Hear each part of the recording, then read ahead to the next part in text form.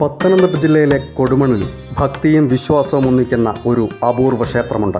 ലോകത്തിലെ തന്നെ ഏക ചിലന്തി അമ്പലമായ പള്ളിയറക്കാവ് ദേവീക്ഷേത്രം. ലോകത്തിൻ്റെ വിവിധ ഭാഗങ്ങളിൽ നിന്നുള്ള നിരവധി ആളുകളാണ് ദിവസവും ഈ ക്ഷേത്രത്തിൽ ദർശിക്കാനെത്തുന്നത്.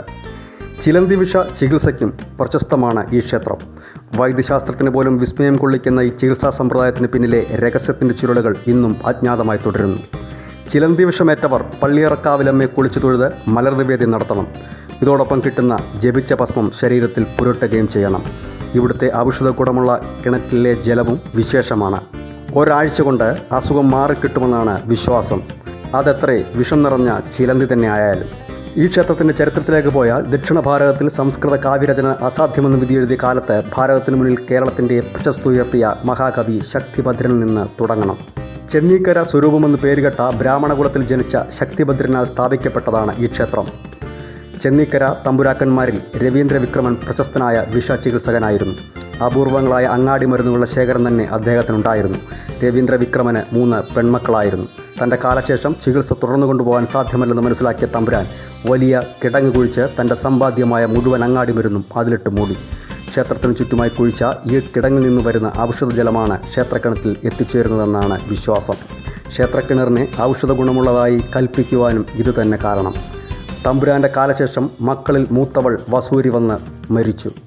രണ്ടാമത്തവളാകട്ടെ ജ്യേഷ്ഠത്തി മരിച്ച നിരാശയിൽ ആത്മഹത്യ ചെയ്തു. മൂന്നാമത്തെയാൾ കൊട്ടാരത്തിൻ്റെ അറയിൽ കയറി തപസ്സനുഷ്ഠിച്ചു. ഇതോടെ ചെന്നീക്കര രാജവംശവും ഇല്ലാതെയായി.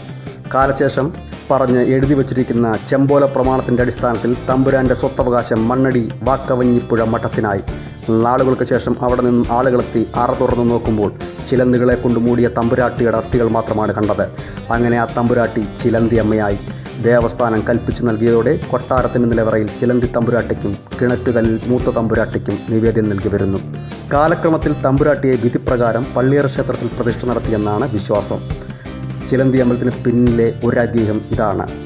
ഇനി മറ്റൊരു വിശ്വാസം കൂടി ഈ ക്ഷേത്രത്തെ പറ്റിയുണ്ട്. കൊല്ലവർഷം 961 ആണ്ട് ശക്തിഭദ്രൻ്റെ കുടുംബത്തിൽ ആൺതരികൾ ഇല്ലാതെയായി. സാവത്രി, ശ്രീദേവി എന്ന അന്തർജനങ്ങൾ മാത്രമായി. ഇവരെ മണ്ണടി വാക്കവഞ്ഞിപ്പുഴ മഠത്തിലേക്ക് ദത്തെടുത്തു. വഞ്ഞിപ്പുഴ അധിപൻ്റെ സംരക്ഷണത്തിൽ അന്തർജനങ്ങൾ ജീവിച്ചു വന്നു. എന്നാൽ ഒരിക്കൽ ഇവരെ തിരക്കിയെത്തിയ തമ്പുരാൻ അന്തർജനങ്ങളെ പുറത്തേക്ക് കണ്ടില്ല. വാതിൽ തുറന്ന് പരിശോധിച്ച തമ്പുരാൻ അന്തർജനങ്ങളെ ഭൂമിയിലേക്ക് അന്തർധാനം ചെയ്തതായാണ് കണ്ടത്. ഇവിടെ ചിലന്തികൾ വലകെട്ടി മൂടിയിരിക്കുന്നതും കണ്ടു. ഇവിടെ ദേവീ ചൈതന്യം കണ്ടെത്തുകയും ക്ഷേത്രം പണിയുകയും ചെയ്തു എന്നാണ് മറ്റൊരു കഥ. ചിലന്തി വിഷചികിത്സയ്ക്ക് പേരുകെട്ട ക്ഷേത്രമെന്ന നിലയിൽ ലോകത്തിൻ്റെ തന്നെ ശ്രദ്ധാകേന്ദ്രമാണ് ഈ ക്ഷേത്രം. ചിലന്തി വിഷ ചികിത്സ തേടി എത്തുന്ന ആരും ഇവിടെ നിരാശരായി മടങ്ങുന്നില്ല. വൃശ്ചിക മാസത്തിലെ കാർത്തിക ദിവസമാണ് അമ്മയുടെ തിരുനാൾ. വിഷു പൊങ്കാലയാണ് മറ്റൊരു പ്രധാന വഴിപാട്. മകരമാസത്തിലെ വെളുത്ത വാവ് ദിവസം കൊണ്ടാടുന്ന ചന്ദ്രപ്പൊങ്കാലയും ദേവിക്ക് ശ്രേഷ്ഠമായ വഴിപാടാണ്.